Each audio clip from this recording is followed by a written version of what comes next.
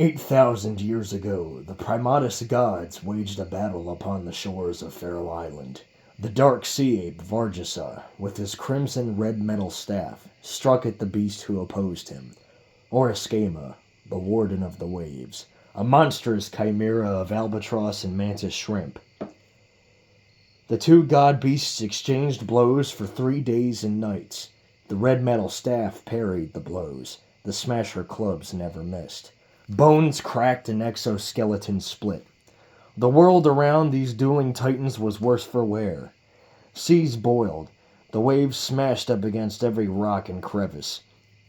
Cliffsides fell beneath the surface, and animals fled for their lives. Vargasa cast his weapon aside and leapt upon his foe, using his 4 forearms to hold the smasher clubs at bay and to choke the life out of his enemy. Oriskema, in response, had spread his keratin-clad feathered wings and taken flight, with his primate adversary dangling from the neck, refusing to let go. They had made it above the clouds before nose-diving straight to earth, biting and punching while spiraling down. The two monsters smashed into the lower side of Faroe Island's largest mountain. The resulting shock wave caused the peaks to crumble, burying the god monsters alive under tons of rock. The crimson red metal staff's end had sunk into the ground and anchored it straight up. Most ancient weapons would have given out to nature and been lost to time, but not Vargasa's red metal staff. This weapon had a will of its own, and that was to free its master from his rocky tomb. For the next 7,000 years, with each terrific storm, the red metal staff would use its electric energy and heat from lightning strikes to move, melt, and absorb the metals of the island, slowly turning itself into a semi-spiraled spiked bludgeon, with the end goal being to form enough points to fire energy from, blowing a hole into the mountain and freeing its master in the process. When the ancestors of the Faroe Island people had first arrived, they were in awe of the structure, showing great reverence and caution. One day, an Oodako attacked the village in search of land-based prey. The hunter-warriors had rushed out to fight off the colossal predator, piercing the slimy hide with spears and arrows, burning the eyes and keeping the tentacles at bay with torches. While the women hurled boulders and sharpened chunks of stone, the children sprinted around the beast, throwing lit bundles of scrub brush and dried wood. After a 40-minute-long battle, the giant octopus had been slain. The triumphant tribe celebrated with battle cries and dancing. That night, the worst storm the tribe had ever seen raged on. The ground surged with magnetic energy. Their metal weapons and possessions were ripped from their homes, along with massive chunks of raw metal from the mountains. They had been flown towards the giant structure and were melted and fused to it on contact. The tribe was horrified, believing they had angered some ancient island god by killing the Oodako. The next morning, the tribe agreed they had appeased this god by carving the head of the slain Oodako into the top of the structure, and within 20 years, with scaffolding and the finest tools they could forge, they had finished the Herculean task. The Oodako Kanabo was born. The massive weapon didn't retaliate when the islanders carved into its frame. The grooves, pits, and points they sculpted were vastly superior in storing and releasing energy. So it waited while they worked, and on every storm it stored the energy from each lightning strike. A year after its completement, the colossal Kanabo began to glow gold, pulsing with electric energy. The pulses traveled miles in every direction, and as the weapon charged up to complete its 7-millennium-long mission, the island tribe hid away and prayed for salvation. The weapon was to fire when it had sensed a massive presence in the opposite direction to the mountain. What rose from the waves was a monstrous behemoth, a fur-clad leviathan, the lord of the archipelago, Kong.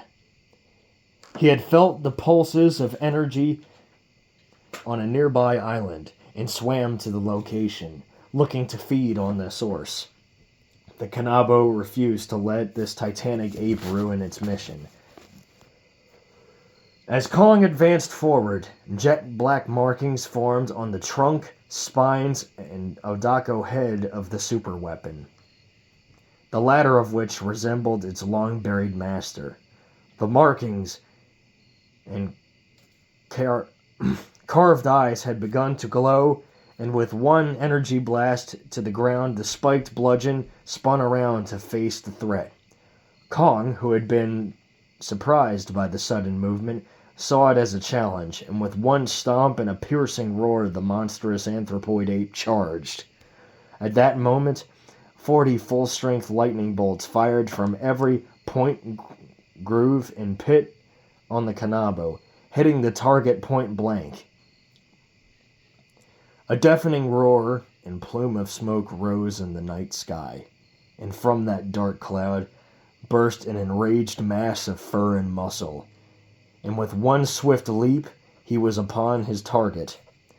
This engine of anger ripped the massive structure out of the ground, exposing the red metal end. One forward snap of his jaws, and the iron-infused teeth clamped tight around the base of the Kanabo, absorbing the electric energy. Within a minute, the weapon was siphoned of every jolt. Powerless, the Oodako Kanabo accepted its new master. Kong started to swing the relic around with childish delight, no longer seeing it as a threat, but as the greatest tool he had ever held. The king of the apes raised his spiked club to the air and roared triumphantly. After that, Kong made his way towards the beach, perching the ancient treasure on his colossal maned shoulders and disappearing beneath the waves. The island tribe rejoiced, and ritualistically left giant vases they had crafted full of soma berry juice as tribute to the primate god who had saved them from a terrible evil. It is unknown if Varjasa would ever rise again and attempt to gain what was his back. Attempted to gain back what was his. Sorry. If he is to rise, King Kong will be ready to fight for the ancient weapon he had claimed, the Oodako Kanabo. And that's pretty much it. Hell yeah. Sorry for the little screw-ups, everybody. My handwriting is fucking awful. Not to mention, my little mechanical pencil broke, or didn't break, it ran out of lead. Thus, I had to switch to pen, and as you can see, my fucking handwriting is god-awful. I made like a full fucking script for this, like, I don't know, hold on a second. I don't know, some, 5 or 6 pages, they're all on the floor now, go figure. But yeah, here it is, the Oodako Kanabo. Here you have the little, get my ugly ass mug off. There we go. Got my ugly ass mug off the screen. As you can see here, it has the general look that I described, made of various fused metals with the black markings all around. Here are the black I was going to say mongoose. The black mongooses covering the weapon. It fires mongooses from its office. Can you imagine that shit? What the fuck? Fucking starts firing mongooses. Fuck, man, they ought to make a weapon like that that just fucking rapid fires mongooses. That'd be funny shit. Mildly irritated mongooses.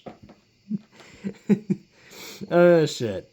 Anyway, so yeah, here you see Varjasa, or at least kind of like a silhouette of him, with his 4 forearms, his fleshy appendages around his head, and his glowing eyes with some sort of skeletal ornament on one of them.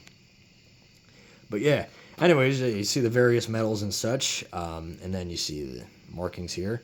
See the red metal staff part that was lodged in the ground, and thus was not changed from its original look.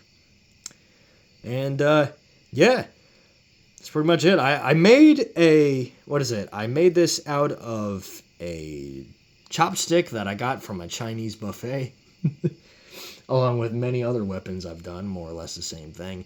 All the crafting was done with a mixture of caulk and resin, and a toothpick with water dipped in it. Or with a water-dipped toothpick, yes. Yes, indubitably. And fucking indubitably! Anyway, gotta let the crazy out. I'm a little tired, you know. It's been a hell of a day. Anyway, what is it? Plus my leg's starting to go numb. Hold on, move that shit. All right. So, anyways, yeah, that's pretty much it. The reason why I made this weapon was because I was making the whole set for, the 1962 Kong figure, and I don't know. It kind of dawned on me that I didn't make like an Oodako figure, the fucking giant octopus that he fights in the movie. So I said, fuck it, I'll make a weapon with the Oodako on top, And I had, me being me, I like a nice backstory for things, so that's why I wrote the backstory for it. It took me, I don't know, if I had to tally it all up, I don't know, like 6 hours or so. I didn't do it in one go. I did it over a course of 3 nights, I think. But either way, yeah, that's pretty much it, the Oodako Kanabo. The biggest pain in the ass of this thing was getting the hand to fit, Kong's hand, I wanted to make it tight enough to where, it doesn't go flopping around or warp the hand over time. But I also wanted to make it loose enough to where you could just pull it out. And you could actually get it out pretty well. You just kind of go in a twisting motion, You give it a nice twisting motion, and this ain't suggestive at all. Give it a nice twisting motion, and that's pretty much that. You get it out nice and smooth. I'll show you on the King Kong finished video, which will be done tomorrow. I guess some point tomorrow. I mean, it is finished completely. And I hope the person I am making this for fucking appreciates it, because it was a colossal pain in the ass. Anyway, that's pretty much it. Yeah, so that's the Oodako Kanabo. Probably one of the best weapons I've made so far. Although I tell you what, I like that Brontothir skull weapon I made a while back. That shit was cool. And the little sword too. That sword was neat. Those are all in storage now, along with most of my things. Been a hell of a time fucking moving, but I mean, hey, I don't know, we'll probably be fully moved within like a year, give or take. Anyways, I'll see all of yous. Have a good night or day, depending on where the fuck you are. Take it easy, everybody. Bye.